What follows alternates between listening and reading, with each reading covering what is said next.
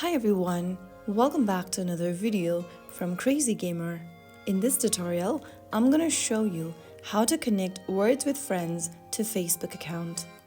To connect Words with Friends to Facebook, first of all, launch open the Words with Friends app on your device. From the home page, go ahead and tap on your profile avatar at the top left, and then from your profile section, tap on the settings button or the gear button at the top right. Scroll all the way down from the menu and look for a Connect to Facebook option. Tap on it and then click on Continue in the pop-up. You will then need to log in with your Facebook account credentials. Go ahead and tap on the login option and then follow through the on-screen prompts. Enter your Facebook account's credential and then tap on Continue. If you are already logged into Facebook account on your device, it might automatically detect your account and ask for permission to connect. Right after you do that, you will be able to earn some rewards.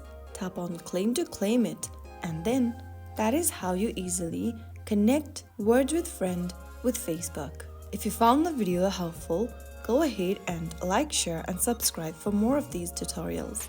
I will see you in the next video. Thank you for watching.